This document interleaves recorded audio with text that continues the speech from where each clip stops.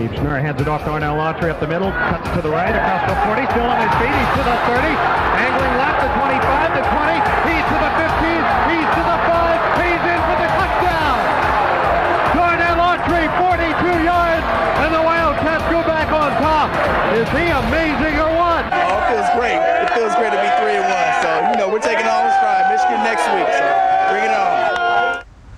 Well, hi again, everybody, and welcome to the Gary Barnett Show, featuring the head football coach of the Northwestern Wildcats. I'm Dave Eanet. The Wildcats off to a 3-1 start after a 31-7 victory over the Indiana Hoosiers on Saturday at Dike Stadium. Coach, we talked last week about getting off to a good start in the Big Ten, and you guys certainly have done that. It's critical to win that first one, and our kids played hard. It was a real different game. I know we'll talk about it as the show goes on, but one of the strangest games I've been a part of. But our kids played real hard and played for 4 quarters, and special teams, defense, and offense was productive when it needed to be. So I was happy with our performance. Well, I know you were happy with the defense, Gary. You've faced 2 powerful running attacks in 2 games and held them to 1 touchdown between them. I think right now we're ranked 7th in the country in scoring defense, and the 2 most important stats I think for any football team is total defense and scoring defense. And right now we're in the top 10 in the country in both, and that's exciting for us here. Well, I know something else exciting at Northwestern is the $20 million capital campaign announced last week to renovate the athletic facilities, including Dike Stadium, and also build a new indoor practice facility. We have had what, in my judgment, is a user-unfriendly stadium. It's old, it needs a lot of help, and in order to attract the crowds, it can't just be the quality of the play on the field, it has to be the quality of the product that we serve up. Rather than a snow-covered field, they'll see an indoor practice facility. Rather than a crumbling stadium, they will see a university committed to the best. And rather than a locker room in the bowels of Anderson Hall, they'll see the equal of other locker rooms in the Big Ten. And skeptics should be responded to now by the questions of, do we belong in the Big Ten, and should this university stay in the Big Ten? And this is an overwhelming, to me, and it should be to those skeptics, an overwhelming answer is, you're dang right we do. And we're going to do more than just be a part of it. We're going to go out and dominate it. So some big plans in store for Northwestern's athletic facilities. They hope to have the renovation of Dike Stadium complete by the 1998 season. And coming up, we'll take a look at first half highlights, the Wildcats and the Indiana Hoosiers, as we continue on the Gary Barnett Show.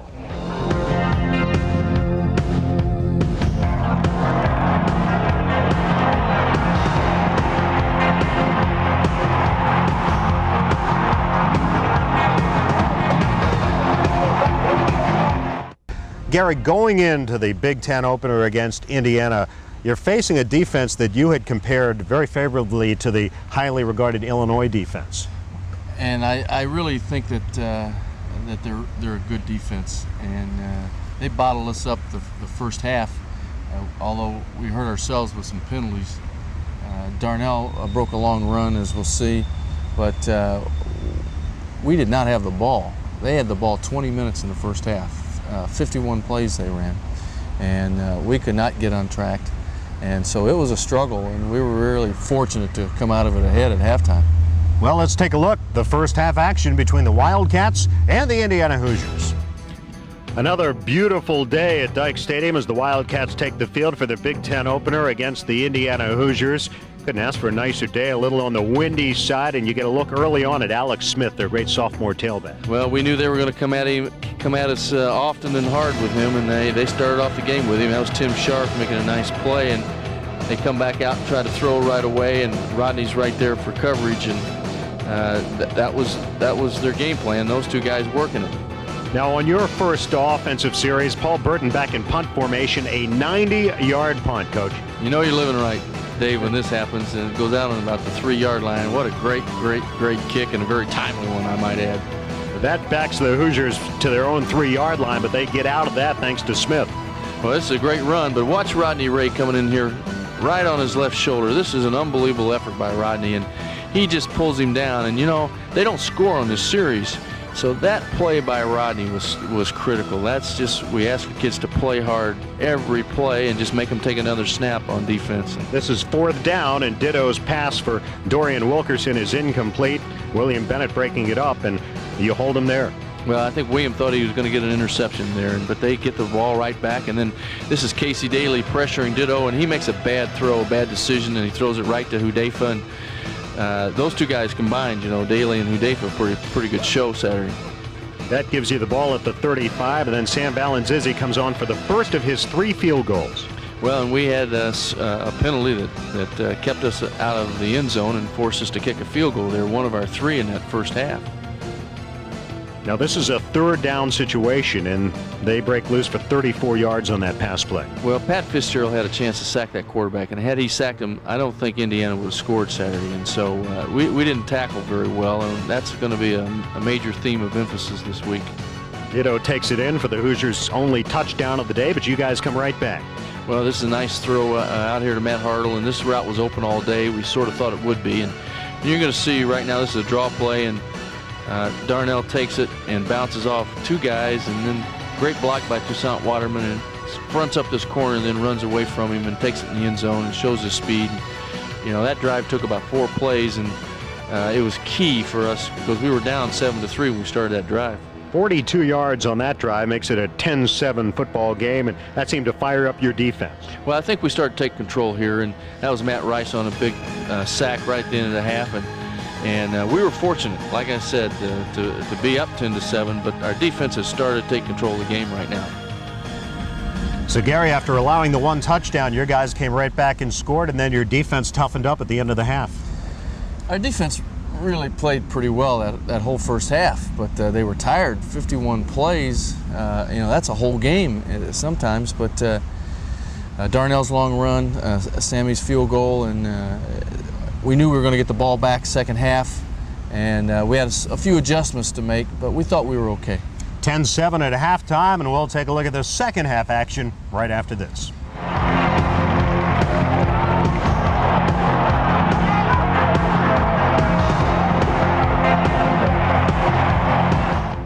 Welcome back to the Gary Barnett Show. At halftime, Northwestern had a 10-7 lead over Indiana on a very windy day at Dyke Stadium. Winds over 20 miles an hour, gusting up close to 30, and that had a big impact on this game. It had a lot to do with how the kind of strategy that we wanted to use throughout that game, and we knew coming out the second half that we were going to take the football, and I knew Coach Mallory had to make a decision as to whether he was going to take the wind in the 3rd quarter or the 4th quarter.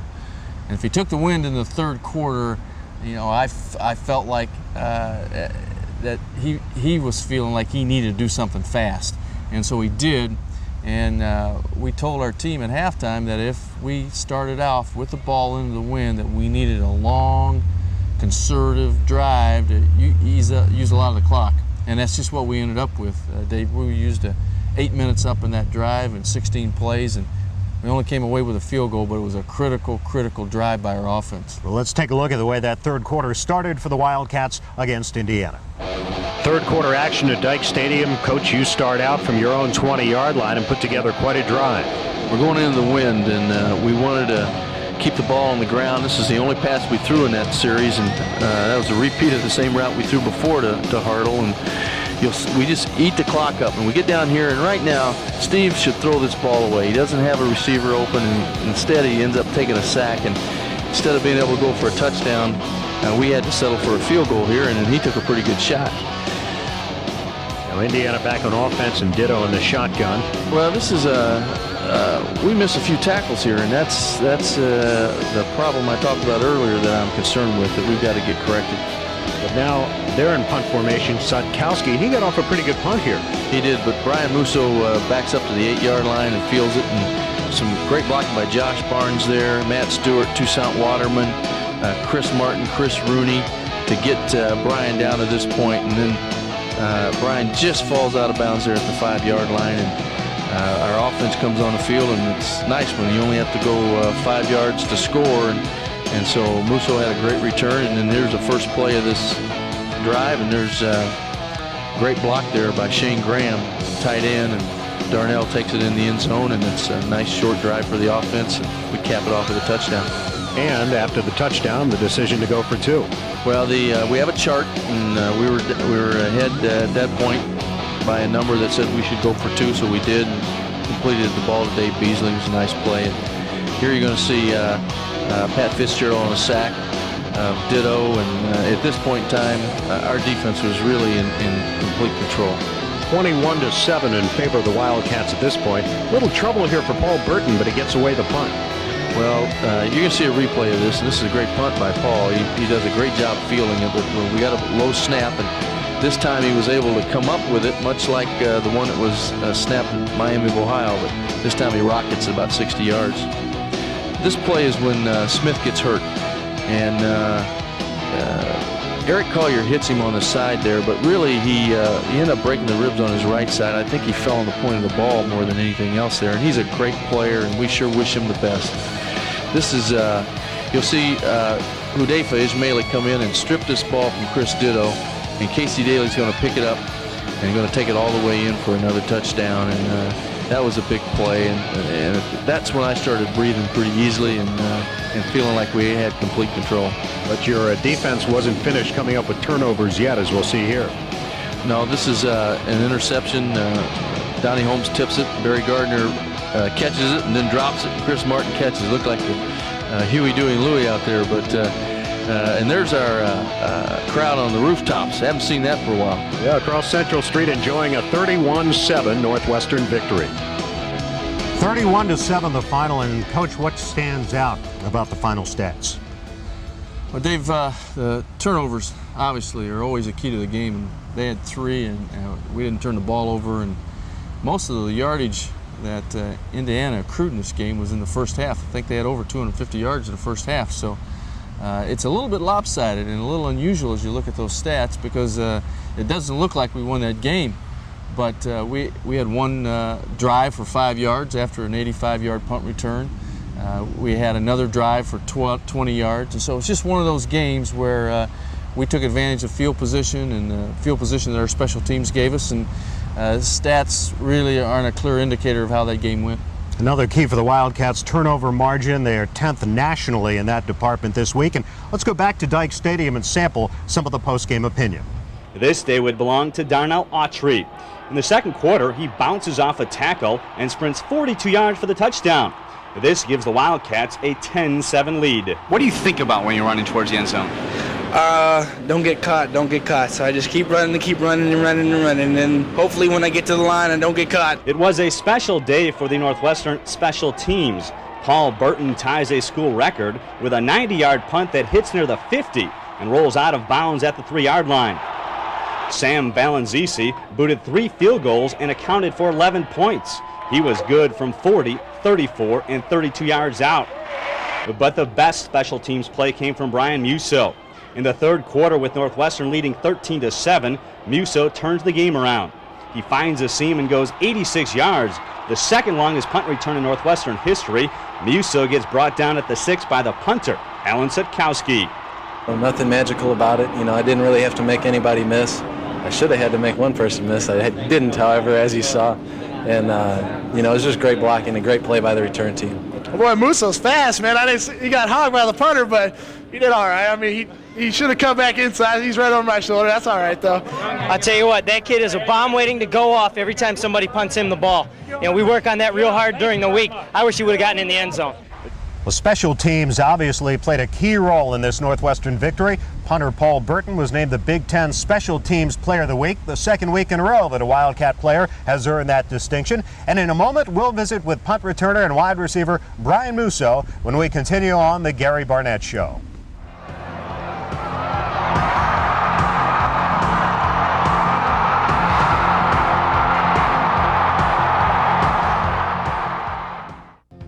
I just like to go up wherever we are and sing the fight song.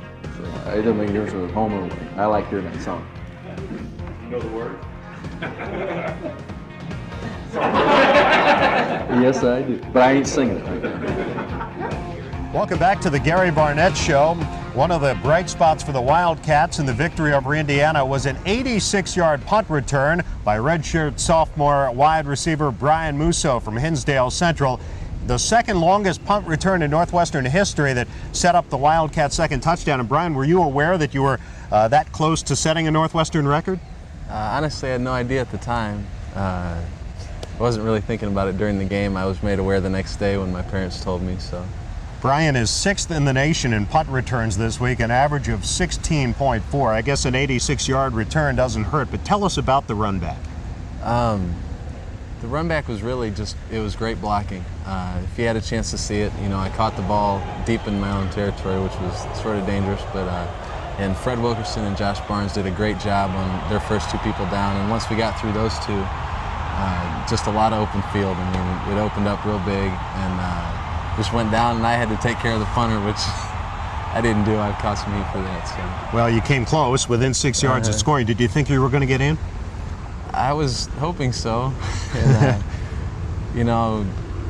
get by the punter was a thing I've got to take care of and something I didn't do. So.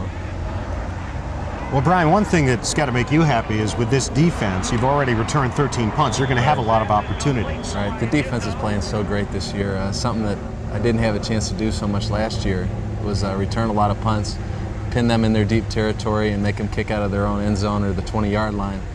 And that's just real comforting as a punt returner to have a lot of field to work with. My partner on radio, Ted Albrecht, played with your father, Johnny Musso, with the Bears, and he's always commenting on how much you resemble your father. And, of course, your brother, Scott, is a freshman with the Wildcats. Right. Do people tell you that a lot, that you remind them of your dad?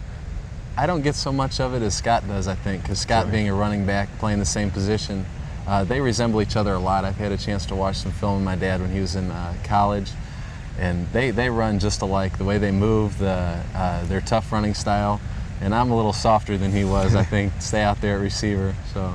Well, congratulations on a great game against Indiana, and good luck on Saturday at Ann Arbor. Thank you. Brian Musso. And Brian, do you know the words to the Northwestern fight song? Sure.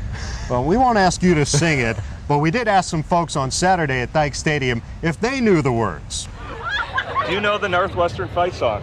I do.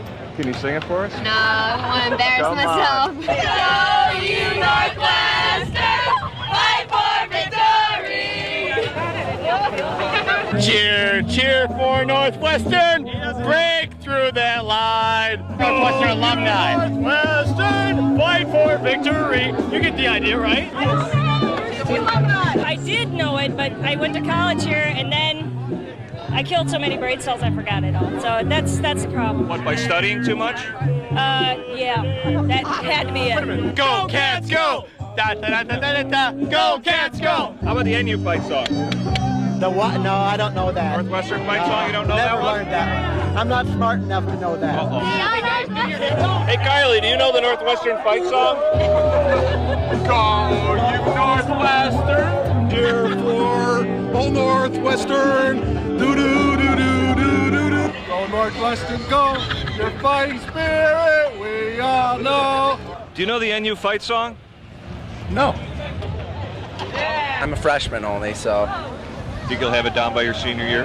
Oh, I'm almost positive. I think I'll have it down by the end of this game. Go you Northwestern, break right through that line. With your colors flying, we will cheer you all the time. You rah, go you Northwestern. March to victory. Spread by the fame of our fair name and go Northwestern, win that game. All right. Not bad. All right. Very good. Very good.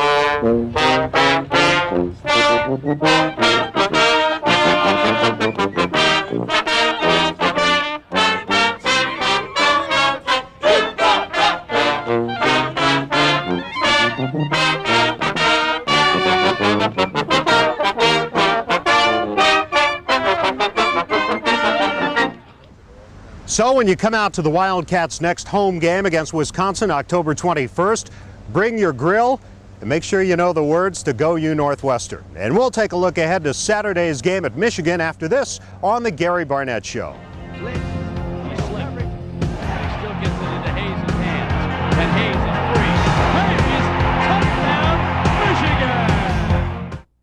They got a squad. I mean, in the big house, 100,000 screaming fans at you. That's all right. I mean, I think we accept the challenge. We're going to come out and play hard. They're a great team. I mean, they got Biaka Batuka. They're a great team. I mean, we'll come out and play as hard as we can play. Well, each week the Wildcat coaches designate a player from each unit as champion of the week. And Coach, who were they this week? Well, it was a hard decision this week because we had some outstanding performances. Our defensive back champions were Hudayfa Ishmaeli and Rodney Ray. Both of those kids played terrific. And defensive line champion again was Matt Rice. Our offensive line champion was Ryan Padgett. Our offensive back champion was Darnell Autry, as you might figure. Our special teams champions, we had to go with three, Sam Valancisi, Paul Burton, and Brian Musso. Then our scout team champion was Brian Rubin, a young man from Detroit, freshman. And then our rookie of the week was Brian Himmerly, a big offensive lineman from Louisville, Kentucky. Well, I imagine you're going to need everybody to practice and play like champions this week going into Michigan. Well, it's probably one of the greatest tests for you as a coach, to be able to take your team into Michigan, both teams 1-0 in the Big Ten, to play a classic Big Ten battle in that stadium and in the middle of college football, and everybody's watching, be nationally televised. So, you know, it's what you live for. It's what you do this for. It's what our kids came to Northwestern to do, and so there couldn't be anybody more excited than me, unless it's the players, to go do this. Well, congratulations on the victory, and good luck Saturday in Michigan Stadium. Thanks, Dave. In the big house, as they call it. In the big house. All right, Gary. And that will do it for the Gary Barnett Show for this week. For the coach, I'm Dave Eanet. Thanks very much for being with us, everybody, and we'll see you next week. Hey, Brian. Yeah. I want to talk to you about how you feel of those punts on Saturday. What about, Coach? Well, nothing. All right, Coach. See you later.